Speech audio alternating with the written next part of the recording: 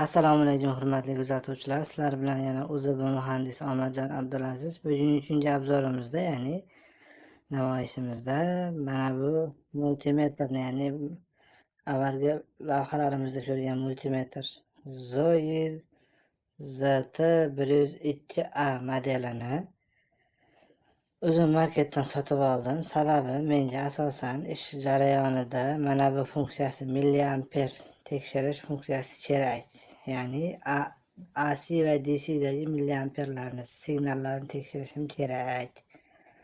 Sababi bizdagi analog signallar, avtomat tizimdagi analog signallar asosan 0.20 va 4.20 milliamper signallar diapazonida bo'ladi. Va bu yoqda millivoltlarni tekshirmoqchi bo'lsam, termoparallar signallarni millivolt orqali ham tekshirishim mumkin. Gradusni o'zini ham mana bu yerdan tekshira olaman. O Celsiyda turibdi ana, Fahrenheitda ham turibdi. E'tiborlar uchun Celsiy bu mintaqaviy o'lchov birligi haroratniki, Fahrenheit global, ya'ni dunyo miqyosidagi o'lchov birligi. Endi obzorga qaytamiz. Ichidan nimalar chiqdi, ya'ni multimetr bilan to'plamida nimalar bor ko'rib chiqamiz. Multimetrni to'plamida mana bu atverkachasi bor. Orqa tarafidagi batareya qismini joyida joylash uchun batareyalarni bu joyi sinimat qilinadi, ya'ni yechiladigan qilib ishlab chiqarishgan buni. To'plamda yechiladigan holatda bo'ladi. Keyin boshqa joydan ishlatish mumkin, ya'ni qulay holatda mana atverka to'plamga solib qo'yish mumkin qaytadan. Edge, Baza, Uz deb mana modellari ham bor ekan. Elektronik degan do'konni ishlaydigan. Do'konga alohida tashakkur bildiramiz. Keyingisi mana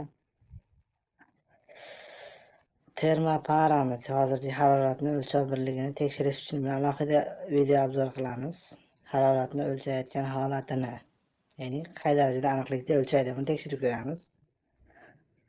Mana bu joyi, bu izmerительный shub deyiladi, ya'ni o'lchov shublari. Meni qiziqtirgan bitta joyi bor. O'ylaymanki ko'rasizlar oxirigacha. Farosat degan bir narsa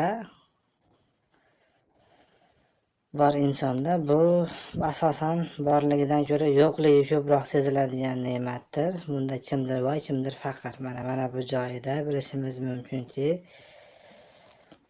farosat bir ne'mat. Kimdir boy, kimdir faqir unda.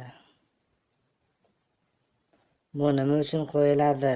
Bu aslida ishlab chiqaruvchidan hech qanchalik oshiqchalik material rasxod, nima deydi, mahsulot sarfini talab qilmaydi. Bu shu darajadagi более точный deyiladi, yuqori aniqlikdagi ishlarni bajarishda mutaxassis, ya'ni foydalanuvchiga xavfsiz ishlash imkoniyatini beradi. Ya'ni signallar bilan ishlayotgan vaqtda yoki elektr shitning ichidagi kontakt klemmalar bilan ishlab turgan vaqtda o'tkazgichlarga, boshqa bir o'tkazgichga tegib ketmasdan turib, mana bu kichkina qism orqali aynan kerakli joyini o'zigagina teginish imkoniyatini beradi.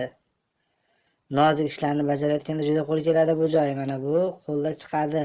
Bu rezina, yumshoqqina rezina holatda bo'ladi bu.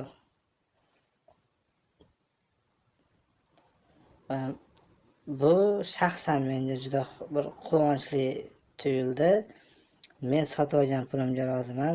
Multimetrni taxminan 230 ming so'mlar atrofiga sotib oldim. 230-240 ming atrofiga sotib oldim. Buni ham Uzun marketdan sotib oldim va mana bu xalta ichida edi hammasi. Va bu korobkaning ichida edi. Bu doimiy ishlatib ko'tarib yurish uchun juda qulay holatda. Mana bu aytganim qalpoqchasi, aynan mana bu qalpoqchasi. Bu menga juda ham qo'l keldi. Mana yozib qo'ygan o'ziga 1000 voltgacha 2-kategoriya, 600 voltgacha 3-kategoriya izolyatsiya deb. Shu ham multimetr bilan bir xil himoya darajasiga ega. Video cho'zilib ketdi, 2 bo'lib qo'yaman. Salomat bo'lasizlar. Sizlar bilan Omadjon Abdulaziz, O'zB muhandis bo'ldi. Sog' bo'ling, salomat bo'ling.